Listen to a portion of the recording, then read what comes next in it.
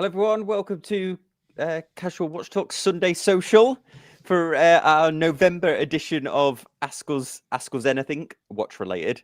It seems like we've done one recently, but it's because I had 2 weeks off, so this will be the official November one. We were supposed to be joined by Kieran from Top Tier Ticker, but unfortunately his internet went down. So if he joins, he'll join. But should we kick it off with a wristwatch check? Mark, do you wanna kick us off? Oh yeah. Oh, hang on. Let me get that full screen. Oh yeah. Yeah, do it full screen because it's actually in focus for a few seconds. So this is the Omega Seamaster 300 Regatta Timer chronograph from the previous generation of Seamasters. And being a Seamaster and being a chronograph, it's not the slimmest watch in the world, but I just like the bumblebee style to it. And then paired with the Hirsch black and yellow strap, because perfect that way. Awesome. Yeah, that looks great. Yeah, awesome. Steve, doesn't look anything like as good on the bracelet, and I like a bracelet, but on this black and yellow strap, it just works. I see no reason to change it. Yeah.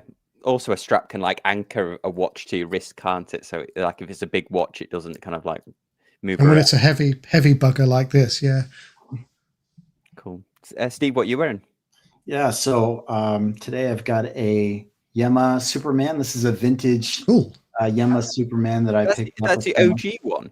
Like it is an OG one, and the story behind this is that I've become kind of a Yema fanboy over the past couple of years, and I went to France over the summer hoping to find one of these, and went to many different watch shops in the south of France and in Paris, and I could not find a really nice Superman for a good price.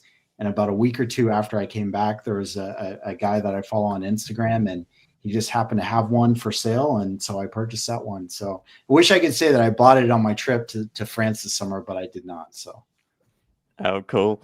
Well, I've got 2 watches on. I was at a Red Bar event with Peter from Jack Mason last night, and actually I met the wrist chick. Hello, nice to meet you. Great meeting you last night, and a few other people.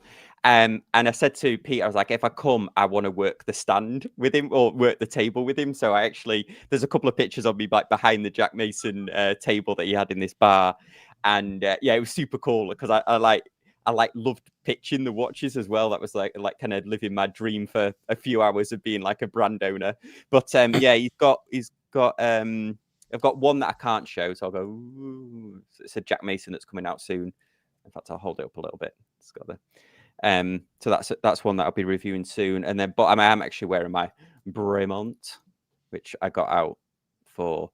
Yeah, speaking of like chunky bracelets, I mean this is ridiculous, like 20 all the way down.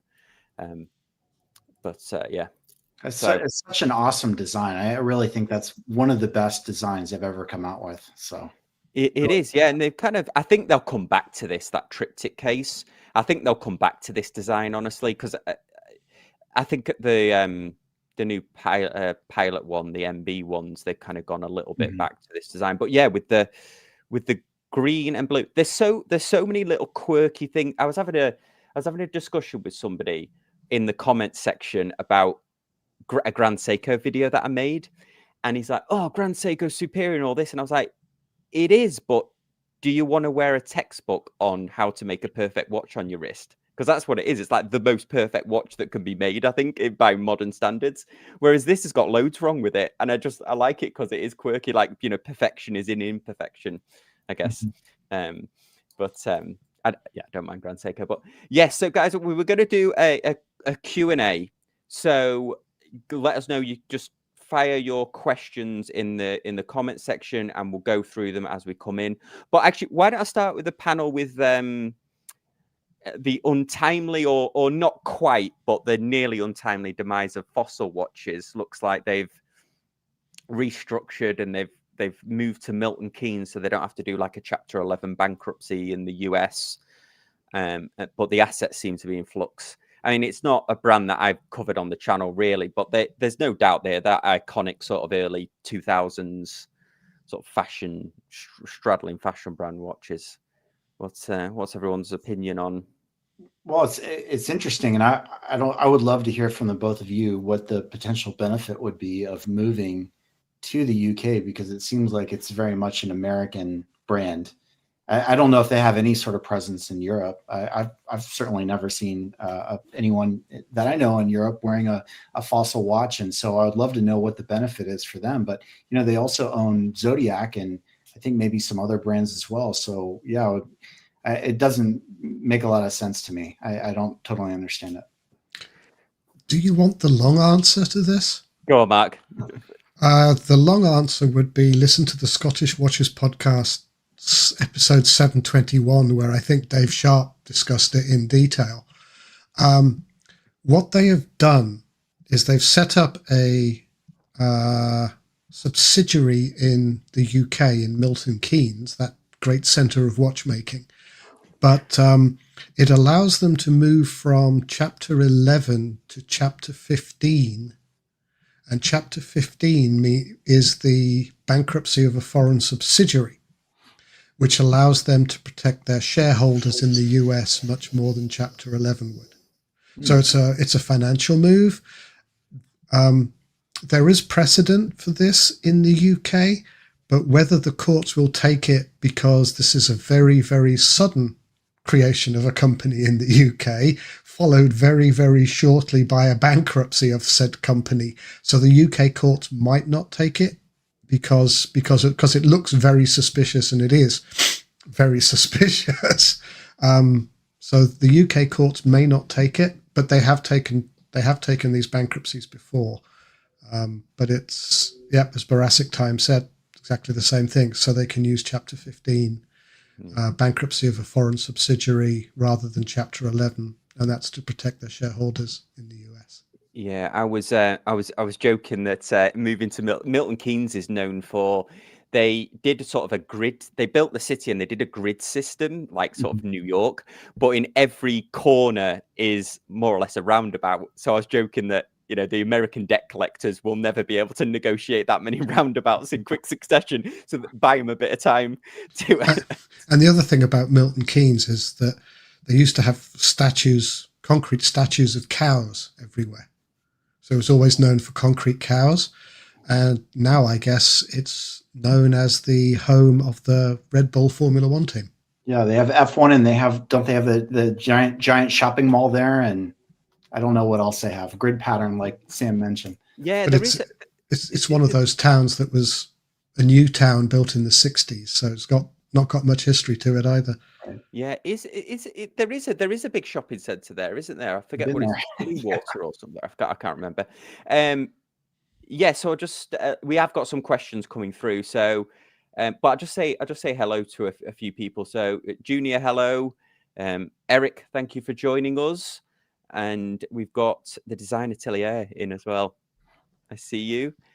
Robert's in the house. I noticed Red Shovel's joined us. Thank you, Red. And then obviously Boracic Time. We've been showing your comments, and if I'm sure I've missed some people, but let's jump through to comments. So first one, Christopher says, do you think Breitling can hit 1 billion sales mark in the near future? I feel like they have been great since the new CEO arrived. What do you? This is a Pete question, isn't it? But does anybody want to hazard a guess? Well, go ahead, Steve. Oh, okay. Well, I was just going to say, what I think is going to be really important for them is Universal Genève, and when that brand gets fully relaunched by Breitling, and seeing how well that does. I've also heard that they're going to potentially revive the Gallet brand as well. And if they do that, that would maybe be like a smaller, more budget conscious brand that would compete with Tissot or Hamilton. I don't know all the details. This is just the scant information that I've read, but I feel like if those two things go really well, yes, absolutely. But if those don't do very well, and obviously banking on, two brands that have been out of the public mind for 40 or 50 or 60 years, it's a huge gamble. So I think a lot of it will hinge on that. I think Universal Genève is a gamble, because that's going to be positioned above Breitling. Galet could be a good idea because they're going to be positioned wise. They're Tudor to Breitling's Rolex, and Galet kind of makes sense if they can maintain costs, and bring it in as a sort of around a Tudor price, because Breitling have moved into the $5,000 or $6,000 mark now. Yeah. So I think it's a good idea. Whether they'll hit $1 billion, who can say? There's a lot of things that can go wrong in any market, but they've been doing really well. Their sort of design renaissance in the last 2 or 3 years, which must have started a couple of years before that. But they're making some really attractive watches now. They've changed their image. So hopefully this will go well for them.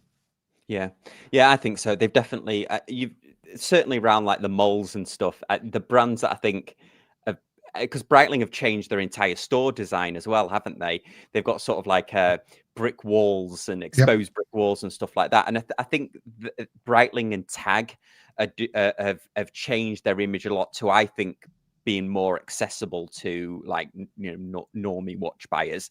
But Universal Genève, is the roll of the dice, isn't it? Because we as collectors are like, oh, Universal Genève would be like great to bring back, but does the greater audience for that? I must admit, you hear about Universal Genève because everyone complains they can't get parts for a 40-year-old watch from a company that went broke. But Galet, however you say it, they're not to normal people that well known. Yeah. And launching a high end, that if the rumors are correct, launching a watch brand for 15, 20, 25,000, that's a risk. Yeah.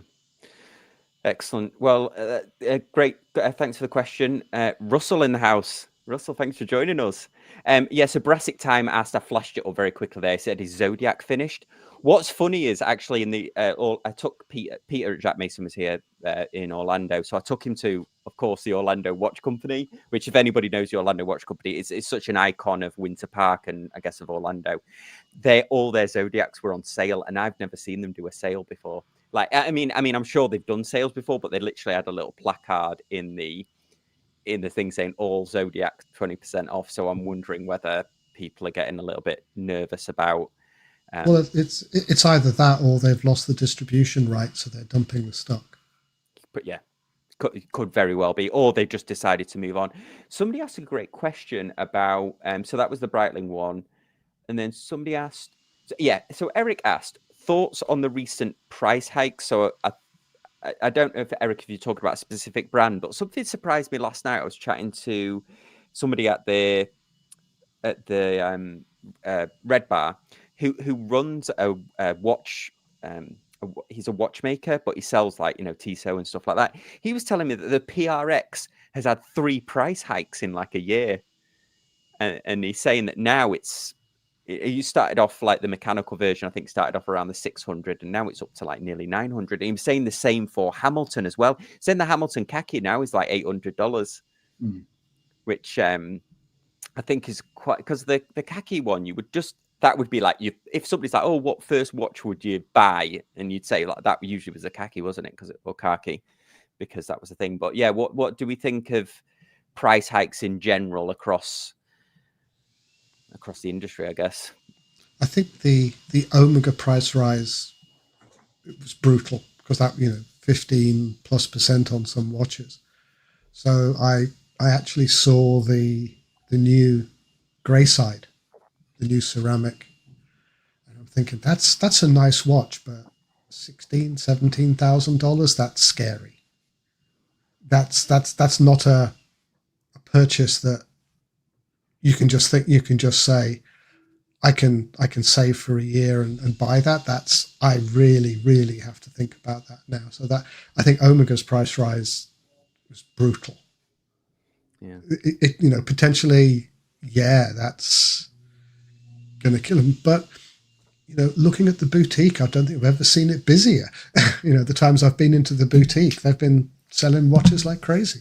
Yeah, it is like Orlando Watch Company. They don't sell Omega, but they've got like Grand Seiko and other high end stuff, and it was hammered yesterday. It was so there's definitely a lot of activity. I wonder whether it's like during COVID or when there's like economic kind of an economic uncertainty, people go for like high quality stuff, don't they? When they're buying things, they either buy like very low or they buy very high quality, and it's the middle, like the fossils, that the middle of the road brands that end up suffering. Okay, so we've got a couple more questions coming through here. So the Tire Texas says, have you seen the Back to the Future Casio? If so, what are your impressions of it? I haven't seen it, but Russell did a great review. Russell Mad Watch Collector, who's in the chat, did a great review of it the other day. So I have some feedback on that. So this watch went on sale maybe on Wednesday or Thursday, and it immediately sold out. So I was under the impression, I think that the price point was around $150 MSRP, which is, it's very reasonable. And there's a lot of interest still around Back to the Future, which is surprising for a 40-year-old movie. And, I think Casio is doing a really great job with a lot of their reissues and vintage watches. My son, who's 14 years old, is just getting into watches, and he loves these kind of vintage style Casio digitals. And so he wanted one. I was unable to buy one. And I've noticed the prices on eBay have, from people who are scalping them are, sometimes double the MSRP. So I think that shows there's a lot of demand for these kind of lower end price pieces. And I think Casio is absolutely doing the right thing by, making these limited editions. I only wish they made more of them. Yeah, no, I actually agree. Yeah, Russell, like by all means, post your link in the chat. Okay, so next one. Have you done the IWC versus Breitling and IWC versus Tag? I think those were two. Oh yeah, actually, Design Atelier did ask, has IWC overtaken Tag in the mainstream appeal? I don't think so. Yeah, I think Tag's doing a great job. Like, I never would have looked twice at Tag a couple of years ago, but I think that their designs, especially the Aqua Racer, I think is dialed right in, and I think their pricing's looking reasonable now because everybody else has gone pretty wild. They've moved the Monaco up in price, I think, but for general watches, again, they've done a bit of a Breitling. They've had that design and image renaissance that's serving them very well at the moment. And they just have such a strong catalog. I mean, they can just pull from so much of their catalog. And you mentioned that Monaco going upscale, but I mean, they have these kind of reworked versions of the Monaco that I think keeps it fresh. And the glass box Carreras are really nice. And I even really like the new F1 Solargraph models. I wish they were a little bit cheaper, but I think they look really great. And they're doing their sponsorship of F1 now. So I mean, I don't think they're going to lose market share to IWC anytime soon. And then they had the Astronomer, the Carrera Astronomer. That was a cool little watch. That's one you. That was the one you got. Yeah. Cool. Okay, so, oops, sorry. Do you want to do IWC versus Breitling? Yeah, I didn't. I actually missed that one. Sorry. Yes, yeah, I missed that. Sorry, I missed the question. Whoever asked that. Oh yeah, Design Atelier. Yeah, so IWC versus Breitling. I personally think that IWC's it's like $5,000 to even walk in the door, isn't it? I think their lowest watch is like $5,000, isn't it? Whereas Breitling is 2,500 for that endurance, and I think it's a little bit more accessible. But Breitling, okay, let's have a look. Pete, thanks for joining us. Did you mean to? Yeah, hey, sorry, I'm fixing up things as we go. And I timed it nicely. You're talking about my brand. Yes, exactly. IWC versus Breitling is the question. Probably half a category out, I would say. So I think the Breitling there's a lot of Breitlings that do compete head to head with IWC, but the overlap is about half, maybe 2/3 of their catalogue. The bottom third of Breitling's catalogue is cheaper than anything IWC makes. The top third of what IWC makes is above where Breitling lives. Yep. So if you wanted to turn up and like an IWC pilot's chronograph competes head to head and loses against a Breitling B01 powered movement. But it's got the gravitas of the top end of IWC dragging it up, so it does okay.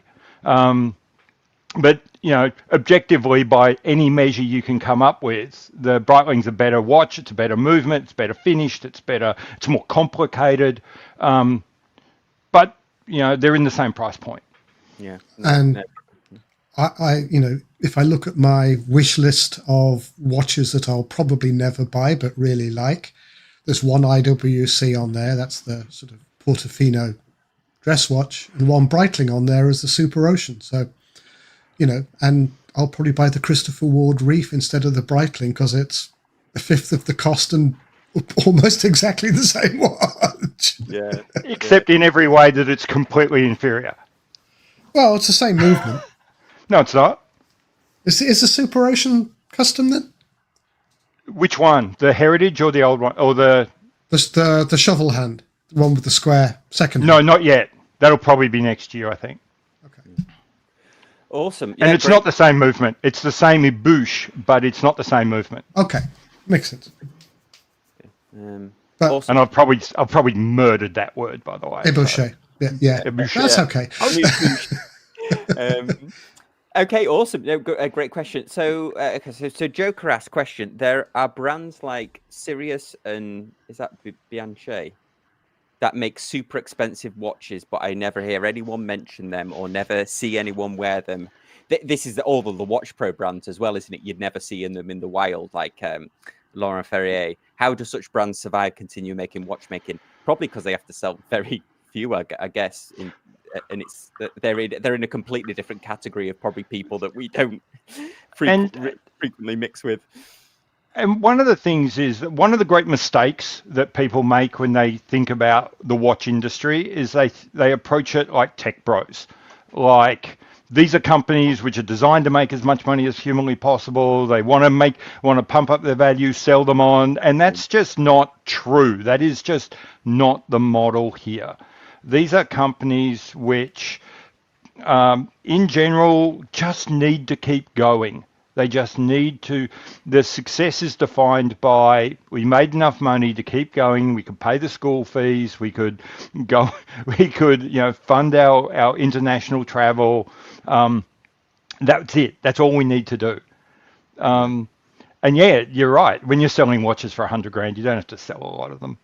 Yeah, it's such a great question, Joker, because I think that as well. Like the that watch that has is it HRT or something, the one with the liquid in it. Like it never, you don't even see reviews for some of these online unless they're at a watch show and stuff. And you think, well, somebody must be buying them. In fact, when I interviewed FX at Ulysse Nardin, I was surprised at how many people own the Freak. He was saying there's like a whole Freak ownership group and everything, and they're like $30,000, I think, even for like the well, there isn't an entry level one, but they start, I think, at $30,000. I think that's actually their biggest seller. Yeah. And there are some quirky things that happen that way. Like sometimes what we think of that would be the biggest seller for a brand, like isn't. Which catches us by surprise. Like the Freak, I think, is Ulysse Nardin's biggest seller. Breitling was saying, George Kern was doing an interview lately, and he was saying the Avenger they sell more than any other Avenger is the most expensive one, the one with the ceramic case and the titanium hardware. Yeah. Oh, we've got some good questions coming through, especially ones for you, Pete. But Christopher Schwab said, I just got my UN Freak last week. That's awesome. Yeah, cool. Congratulations. Super cool. Okay, so next question. The wrist chick who I met at Red Bar last night. You should check out her channel, and she's doing she does a live stream with Red as well. They do like a sort of a couple's perspective on watch collecting, Red Shovel. So do you think brands marketing their watches as unisex is helping more women get into the hobby, or do you think watches should be separated as men's or ladies? I mean, the one that plays this game really well is like Cartier, isn't it? They have women's, men, but then they have crossovers, don't they? No, you don't think so? They don't think that they have like unisex men and women's sort of, like the Santos, for example, is like women's unisex men. No. Okay. The Santos is incredibly feminine. It is. It is. It's a feminine watch that men can wear, but it's a feminine watch. And I don't think that there's any unisex watches out there.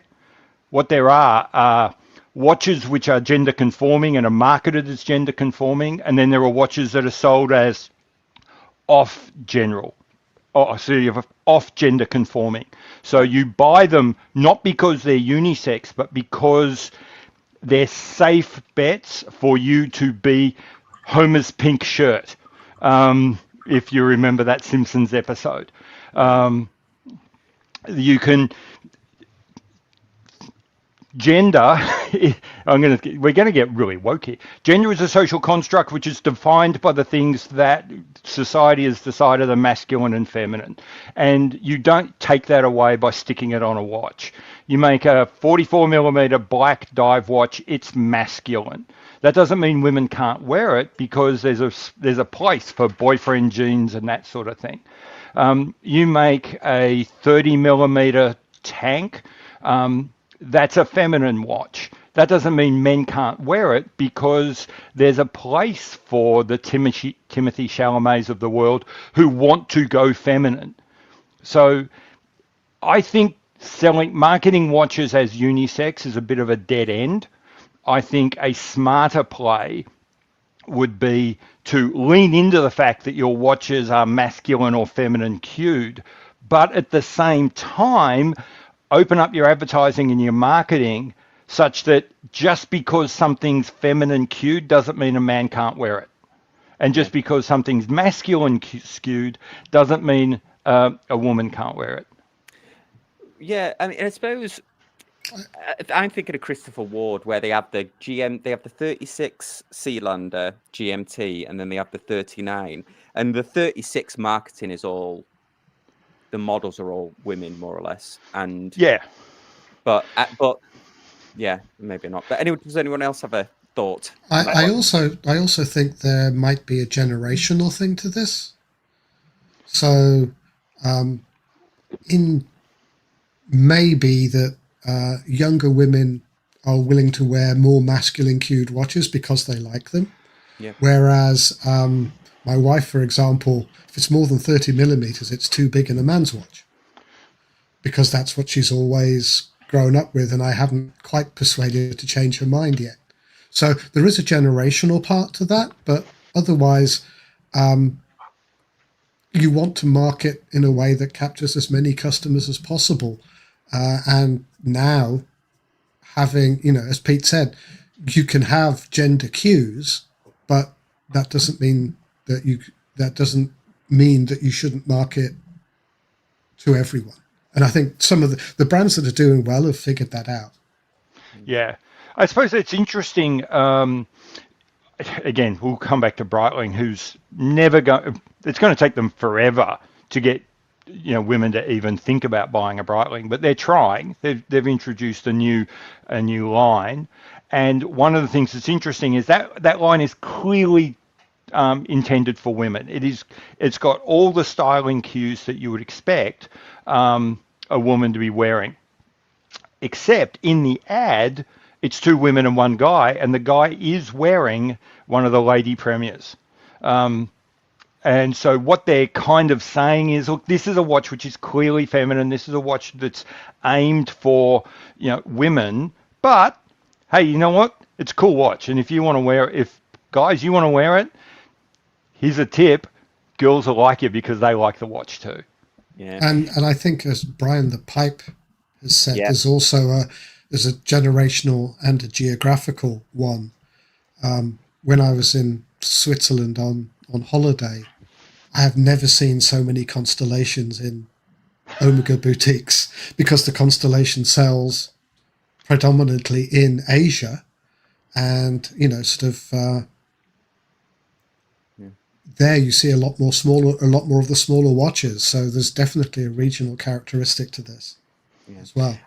A lot of I've got a watch over there, the Bravo one, the cycling watch, and my wife Helen, she tried it on and she really liked it, but her problem is her wrists are small, and a lot of the watches, you can't remove that many links on a bracelet, or the rubber straps don't go that, like, they're missing several holes. It's funny, but what's funny is it's not this is why I think the Apple Watch does so well, because it's a huge watch, but like she wears a 42mm watch, which if I gave her this isn't 42, but if I gave my wife a 42mm, she would think it was like outrageously big. But her Apple Watch is that size, like, and that's like almost a Monaco, isn't it? Sort of almost square 42, and but because they have the straps, like the Velcro and the other like infinitely adjustable straps, they can fit most wrists, which I don't think a lot of watch brands think of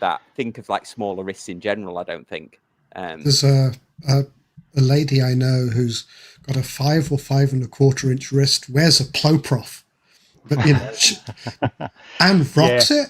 But she got a custom strap made to make it comfortable, because her wrist is so small. And on my Ploprof, I don't use the Omega strap, because for my wrist it's just too damn long and uncomfortable if I wear it on the Omega strap.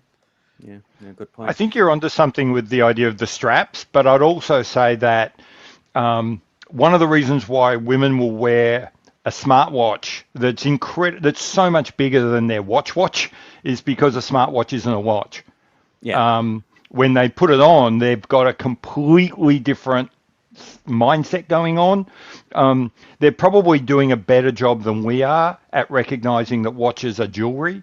And so when they're looking at their smartwatch, they're not thinking of it, oh, this is a Seiko replacement. They're going, oh, okay, so I'm not wearing jewelry, I'm wearing a tool now. Yeah, it's funny because my wife likes, we always go, I buy like, occasionally I buy like Tiffany jewelry and stuff, not like extravagant stuff, but it's funny because we'll go into Tiffany and look. And I'm always like, oh, Tiffany make watches, and she doesn't care that they make watches as well. She really likes the jewelry, but she doesn't think of them as a watch company, which I think is quite funny. But okay, so let's crack on. Do you want to do MJDM's citizen strategy question? Oh yeah. It was. Yeah, and then we'll have to go back up the list because there was about 4 before then. But let's do that, yeah, because he's asked twice, haven't he? So I'm confused about Citizen strategy with Alpina. Pretty clear they want to position Citizen versus Seiko and Frederick Constant. I think he later on, I think he put Frederick Constant. Oh no, this is the full question. I'm confused about Citizen strategy, Citizen versus Seiko, Frederick Constant, entry-level Swiss, Miyota, cheaper micros, Le Jouperet to have Swiss branding on their platform. But what about Alpina? So he's saying he can see the strategy with most of the things, but Alpina, well, this is your specialist subject, isn't it, Pete? Alpina, he says, it's an outlier. Yeah. Alpina was, in fact, I've been thinking about this. There's a couple of brands which, if you could rewind the clock about 7 or 8 years ago, seemed right on the edge of catching a wave and then missed it. So I'd say Alpina was one of them. Bell & Ross was one of them. Oris was probably one of them. They just haven't. They were on. They're like a surfer. They were on that tip, and then they missed it. And yeah, I think the rumor I heard is that the Frederick Constant group went all in on connected smartwatches, that sort of thing. If you go back in their time a little bit, they had these hybrid smartwatch technology things, and they invested huge amounts in that. They invested huge amounts in their silicon oscillator, which has kind of gone nowhere, and they went broke. they had to go searching for a corporate sugar daddy to keep them alive. Citizen picked them up, but picked them up kind of in a bargain sale and never really had a strategy for them.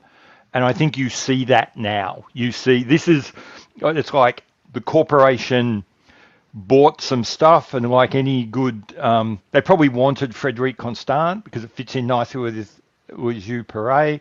But like any good telemarketing purchase, they threw in some steak knives, and those steak knives were Alpina, and Citizen just doesn't know what to do with them. Yeah, it's funny. I'll do a shout out for Nicholas at Fears. He thinks that the Frederic Constant Moon Phase is like one of the best that you can get. Oh yeah.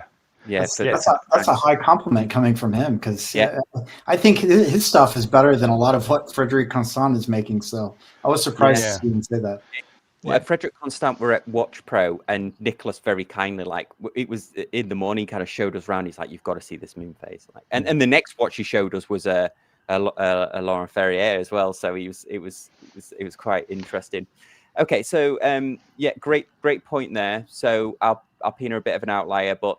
So Tommy asks, recently came across Bamford Wash Company website. Never knew you could easily design your custom watch from a well-known brand and order them online. Have you guys ever tried something like this? Simon over at Escapement 24 and the Monceau brand, he ordered one of these Bamfords, Monaco, but I've never. George Bamford was actually at the New York Wind-Up the other day. But has anyone? I mean, I ordered a custom watch, but not from Bamford. No. But I wouldn't not. I don't think. But they do. I don't have that kind of money. I don't even know how much it costs. Is it? I mean, what is? So I know that he does it with a Monaco, and I think there's another. Well, actually, I don't know. Let's just actually pull it up. We'll pull it up. It's not ferocious money, and it's a little bit pick and mix. It's like he's got a standard case that he obviously gets made, and then you pick your dial colors, and it's not ferociously expensive. They're not cheap, but I mean, you're talking a couple of $1,000 if I remember rightly. I remember looking at his website a few years ago, and I forget who he was in partnership with then. And then I realized that watch design is hard. I can't do any better. And everything I made was ugly, so it was just leave it to the professionals. That's my take. My take is that there's a reason why there's so few really good watch designs. Yep. But there's lots of really, really well-made watches. It's hard. And on top of that, I want to buy, I see that I'm buying someone's art. And so if I start messing with it, then it's not their art, it's my art. I don't want to buy my art. I mean, I thought the most successful customization was when Braymore let you choose the color of the mid ring of the triptych case. And then I think they figured out that everybody liked orange and dropped the program. Yeah, it's So you can still. It looks like you can still do that on Bamford's website, and it looked like that was 6,500. I don't know if you keep adding, if you keep adding them in, whether that price goes up, but looks like you've got quite a high level of customization there. There isn't like a price totalizer, so I guess it's is that 6,500. They also have their own watches as well, don't they? That they create these ones here, and he does a lot of custom ones for these. Yeah, I've never seen one of these actually in person, but awesome. Yeah, no, great point. I did the what was that brand that? Oh God, I had them on the channel. The brand where you could customize the watches. The ones, it's not the ones where you make them. They send you the watch in a box. Oh no, I've done a couple of those. No, what was the? Oh, I'm kicking myself now. Somebody will tell me in the comments. What was that brand? They started off in. Anyway, I'll think of it. Right. So next question is Robert Coleman. How do we feel about Seiko reusing cases and dials like the new Bamford collaboration using the dial from the Sonar released not too long ago?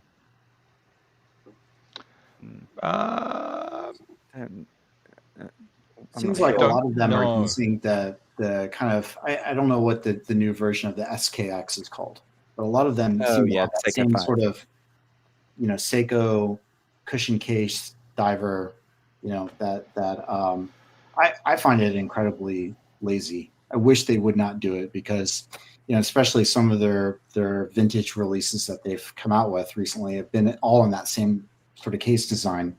And in my view, a lot of these watches, which were skin divers, they're supposed to have a smaller profile. They're supposed to be thinner and easier to wear. And when you have such a big watch, a perfect I example. think that's what Robert's that talking. Escape, Yeah, it's- so this is a yeah. Bamford collab. Oh, it came out a month ago. Mhm. Yeah. I didn't even know this was a thing. Yeah. I think I'm in two minds. So I actually agree completely with Steve here. If you're recreating an old watch, don't just take the look of it and jam it in like a 5X case. That's dumb. Um, but then on the other hand, I'm kind of okay with the idea that they're corporations and corporations make money, and for your new stuff and your collabs, if you want to have that base and you just riff on that base for your new stuff and your collabs, go for your life. It'd be nice if you produce new cases, but I kind of get it. But just don't mess with your old stuff. I mean, if you want to talk about the brand that really just has one case and just reuses it over and over again, you just can't go past Rolex. They've one case. They push it and pull it occasionally to like put some pushes in it or make it go a little bit deeper. But I mean, I've seen online people have played the Rolex game of they have nothing but cases and then ask you to guess which watch it is, and you just can't do it. Yeah, great point. So next question. Oh yeah, we had that one. So, oh yeah. So I think this is more of a. So Chris was saying unpopular opinion. Although I love IWC, the Angenois is the worst looking watch they make. Am I wrong? This is Yeah, the new one. Yeah, I think so. yeah. No, I think you're wrong. I actually quite like it. It was. Yeah. I think it was. Wasn't it? It was the price, wasn't it? That when they released it, I think it was the price that people made the most. And I think they even. They reduce the price of it. I think yes. In some markets, in some places, and I think they tried to carry it off as a little bit of currency rebalancing. You always have to. Things come out of the factory in Swiss francs, but they hit our markets in dollars or pounds or whatever. So they always hedge a little bit. So I think they changed some of the hedging, but I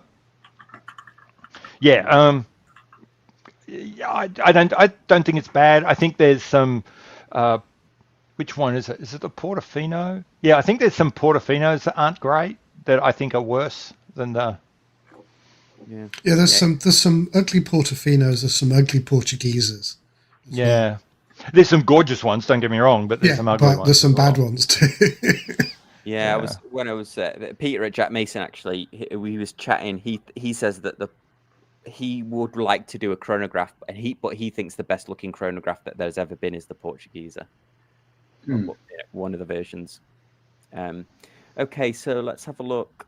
Any more questions coming through? I did see a comment down below. It says it's a little bland for Agenta, and that's my exact feeling about it. Is that to me, it seems like kind of a replacement watch for people who they can't afford a Royal Oak or the Patek Philippe, and so this is kind of a stand-in for that. And I've always thought it's a nice looking watch, but I just don't think it's Genta's best design.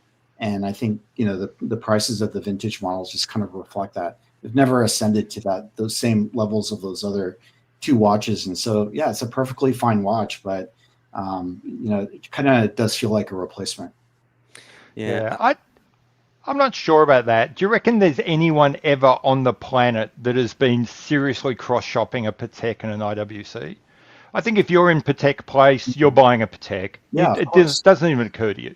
And so the watches... There's a huge price difference between the two, and that's exactly. That's so they're not... So I don't think it's a stand-in. I don't think... I have a strong suspicion that it's not about money. It's about the kind of person that buys an IWC doesn't buy a Patek. The kind of person that buys a Patek doesn't buy an IWC. Yeah, I think because a lot of the Patek is, you know, once you get in the rhythm with the AD, aren't they? That they can sell you them. Well, I'm just trying to find. There's somebody asking a question about like best watch for 5K, but actually there's some great comments coming through. But yeah, micro brand. There's a lot of small independent brands, I'll call them. So like, you know, Jack Mason, Christopher Ward, those type of things. Somebody mentioned Long Jeans. That's a great shout.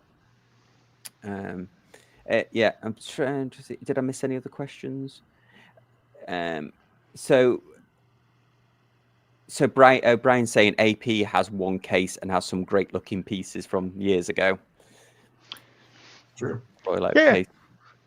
Although I'm hearing that the code is actually developing a fan base. That there's people who like it. That it's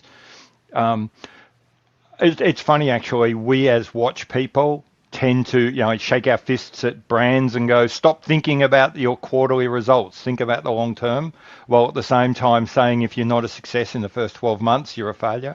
I think from everything we've seen, the code will be still with us in 25, 30 years, and it will be a classic. So let's just pull that one up. So the code is it's like the not to be ignorant, but it's the round one, isn't it? Yeah. Mm-hmm. Yeah, let's have a look here. Yeah, we'll actually show it because somebody rightly a couple of weeks ago called me out for not for talking about watches but not actually showing them. So let's just pull that up.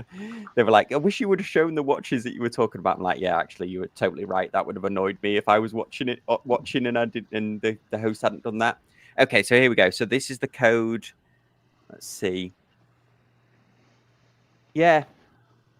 I don't know if it's going to give us any more information. It's just giving us an entire history. Oh, here we go. So let's have a look. I don't think it's going to show us the pricing on here, is it? But let's have a look. Pick a number, double it. That'll probably be the price.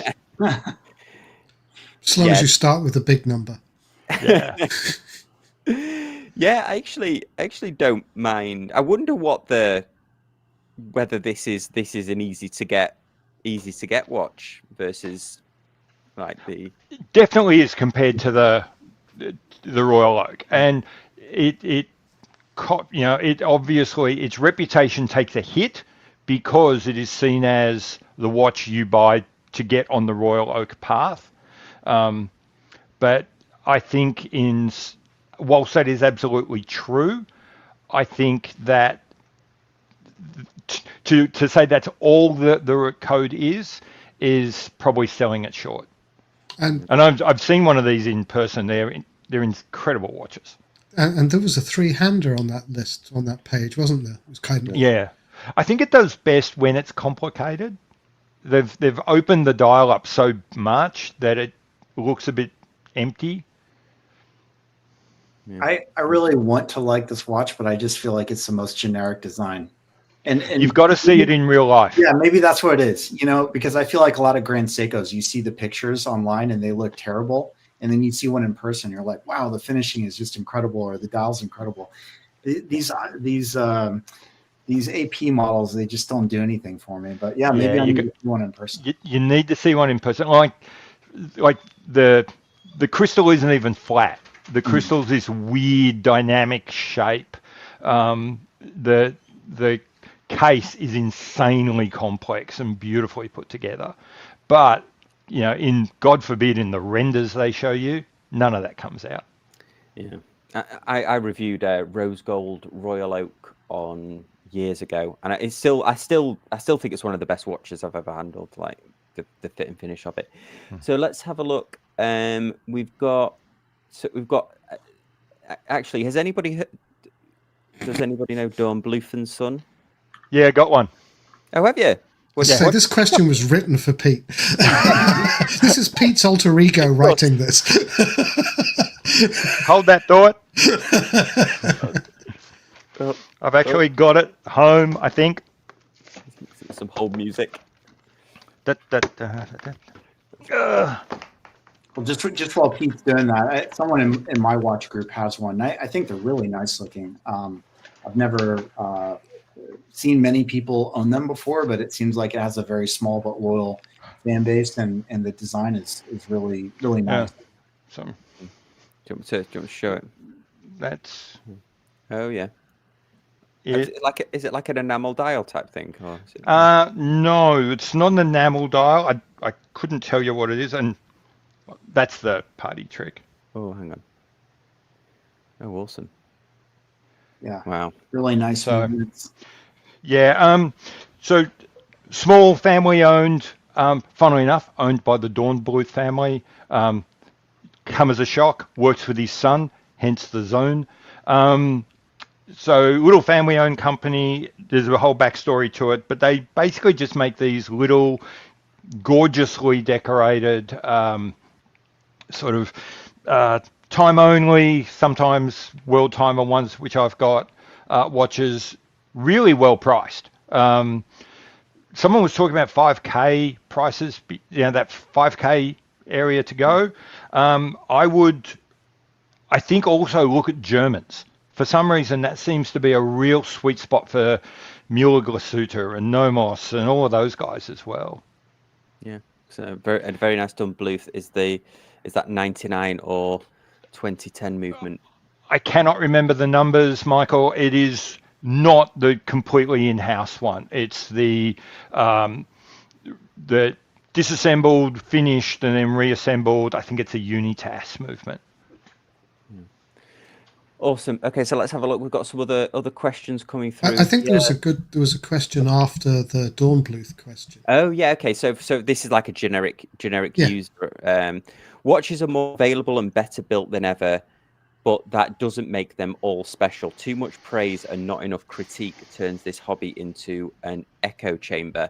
We were having this conversation last night at the Red Bar. I was having it with have a conversation with Peter actually, because he was bringing his Jack Mason watches, and he's like, yeah, this is why I'm doing this, because people can't tell online like the quality of it, but he says they're all up to a standard, and I've always thought that for me it's like 50% the story of the brand, like the history of it, because arguably, you could just buy any watch, couldn't you? Like when people, I was having a back and forth with somebody in the comments about, they were like, oh well, the specs of this, you could buy the movement for this and that, and it's like, yeah, but that's not why we're into watches, is it? That's not like a sterile kind of if something's outrageously overpriced, like you wouldn't pay like $3,000 for an NH35A powered watch, but for all intents and purposes, I think it's the story. But I think one of the, I was going to say, I think for me the point is made very well here, is that there are very, very few badly made watches these days. I mean, clearly from some shopping sites in Asia, yes, there are some badly made watches, but for the most part, there are very, very few bad quality watches. There are just watches you don't like. What you tend to find is that people aren't willing to say, I don't like this, and that is a problem. Yeah, I think that I'd go a little bit further, and I think this is something I think we've discussed before, that one of the problems that we have is that so much of our media in watch media now is enthusiast media. So these are not professional journalists. These are not people that approach this as it's my job to talk universally to everyone. Instead, they're saying, I'm an enthusiast. I'm going to talk about what interests me. And that leads to two problems. One, nothing's ever bad because they only look at the stuff they like in the first place. And two, because they only look at stuff that they like, they never develop critical skills. If you say something's nice, you don't need a lot of effort to explain it. No one's going to fight you on it. It's only when you say something's bad and why you don't like something, you've kind of got to sharpen up your argument, and you got to think hard and think hard about how am I going to say this. And because people only review watches they like, they only do powder puff pieces, and they don't really hone their critical skills to say, I don't like this because this, and this. So they end up just becoming an echo chamber. And as Peter is saying, it is much, much harder to write something about something you don't like. Yeah. And, a couple of watch reviews, again, we'll bring up Christopher Ward and watch Pete wince, but the C12, I don't like it. I struggle to write that review. And the C12 Loco, I really don't like it, and I really struggle to write that review, because you can see that there are good parts to it. It's just not a watch that was designed with me in mind, or it might have been designed with me in mind, but so you can praise the supply chain, but you can't praise the watch. That's a struggle to write in just to write as I only write. And on Into the Void's point where he's talked about that reviewers aren't willing to contrast a watch with another watch. I think sometimes it's tricky to do that and it's not fair to do that, because quite often the watches are trying to achieve something completely different, and they're aimed at a completely different audience. I mean, I'll use the most classic one, the one that gets brought up all the time, an Omega Seamaster versus a Rolex Submariner. They're constantly compared. And it's kind of pointless, because the kind of guy who's going to buy a Submariner is rarely going to buy a Seamaster, and 90% of people that want a Seamaster are never going to buy a Submariner. They're sold to different people with different marketing messages, with different ideas of what luxury is, with different ideas of what these watches say about you. So to try and pretend that there's this mythical person out there who doesn't have any of that in their mind, and we're just going to compare these two watches, doesn't really make a lot of sense. Before we go on, I think I cut out there, but Junior, thank you for the very generous super chat. Very much appreciated. And then we've only got a few minutes, but Into the Void says, I find reviewers aren't willing to contrast them with other watches, so it's hard to know where the watch sits relative to other products. This is such I could probably do an hour on this from like my view, because the reviews takes 8 hours for me to do a decent editing and all of that, and I haven't got the mental will to review something I don't like. So I wouldn't. Why would I spend 8 hours? Like, this is a good point actually, Into the Void, and I think actually maybe I could do a comparison between. You could do a comparison, I guess, between like watches and say this is what's in this price category. But then you're comparing on price only. Yeah. So then it's like comparing dishwashers. You've got the LG dishwasher or the Samsung dishwasher, and you're comparing specs. You're not saying, how does this dishwasher make me feel, which is kind of where my analogy starts to fall apart. No, I think you're exactly right. And I think there is a degree, this is my whole luxury style thing. There is a style of luxury which is like that. There is a style of luxury. And that's where the micro brands live, where it's all about the specs. It's all about the value for money. Don't talk to me about history. Don't talk to me about authenticity. Don't tell me, where this came from, or don't tell me that this was modeled after the way the light shimmers off the birches on this mountain in spring. I don't care about any of that. Just make it good, make it cheap. And there's a huge market for those people. As I said, that's 99% of micro brand buyers are in that space. But it's just not somewhere where I and a bunch of other people live. There is sorry, Michael. Yeah, there is a Red Bar group in Orlando. If you have a look, we went last night. Everyone's saying this is like a much larger topic, and it is, and we just kind of went into it once, didn't we, with Dennis? But we could certainly revisit it, because there's like both sides. Maybe we can get somebody else on that does. I mean, Mark, you've got written reviews, and maybe somebody else that does like other reviews. Okay, cool. And I mean, I know it's a topic we talk about a lot in group chats, but it is much deeper, and it's almost like you need that to be a more of a debate format. You know, Yeah. you need a mediator, and then you need Pete on one side and Sam on the other. Maybe I should mediate this one. That would be a novel thing. I think the danger is there, though. The difficulty is, a debate is around this idea of aiming towards a common ground, and I don't think there is a common ground. Yeah, I actually agree with you. Yeah. I think that if you had that debate between, say, someone who appreciates watches, in the way I call it, they're in the premium category, so they're good, solid, dependable, well-made, good bang for buck, really price competitive. And then you've got someone at the other end which I call the indulgence end, where it's all just about how does this make me feel? The debate is just two people firing shots past each other. Yeah, but this watch was first. I don't care. Yeah, but this watch is really good value. I don't care. You just don't care about each other's arguments. Yeah, Mark's making a good point here. Mark says, reminds me of my job. If I write something positive about a company, it doesn't matter if I get facts wrong. The company loves it. But if I write something negative, I have to be 100% right. This happens in politics all the time, doesn't it? Yeah. Where somebody on one side will say a big, profound statement. And then the other side, when they haven't got a counter to it, they're like, "Oh, well, actually, you actually got that one fact wrong, so therefore it invalidates your entire." I was commenting back and forth with somebody. In fact, they were messaging back and forth with me. Johnny was called, and he asked me about like the Grand Seiko, because I've got that I hate my Grand Seiko video, which is like the blew up on my channel, and I actually commented saying there is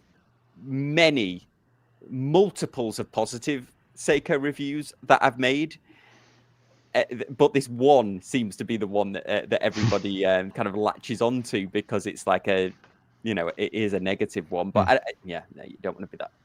You don't want to do too many of those, because you don't want to turn into one of those channels, or maybe you do. So YouTube certainly rewards you for doing that. And Sam, I know we're kind of beating a dead horse here, but I mean, there's also the potential blowback, right? Of like, if you write a really negative review, am I going to get these same watches from the same brand the next time? And yeah, it's tough, right? Because ideally it would be a Consumer Reports scenario where you're purchasing everything yourself and you're not influenced by the brands in any way. But a lot of this hobby is influenced by the watch brands, and so that's also another factor here as well. Yeah, I think the interest, I mean, and I'm sure this is with other hobbies as well, but the interesting thing with watches as well is there's a lot of negatives that are actually pluses for other people.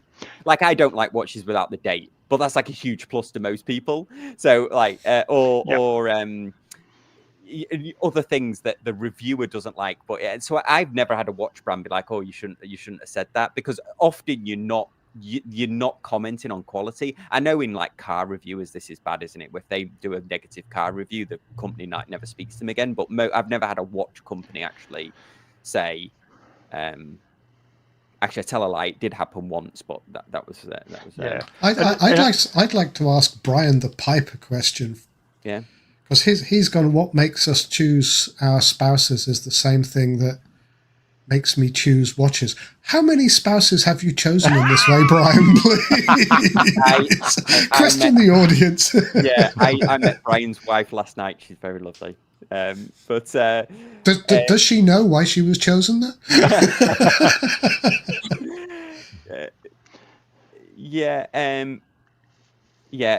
This is why I tend to stay away from reviews that delve more into lifestyle of collectors and what's available. Yeah, it's such a tricky. Maybe we'll do this next week. We'll go into more depth about like reviews and so on. How to choose your spouse? Sorry. Sorry. Yes, actually, somebody's right. Yes, Sam, you're always slating the 4-hour movements. Yes, exactly, 100%. I am. But somebody might love them.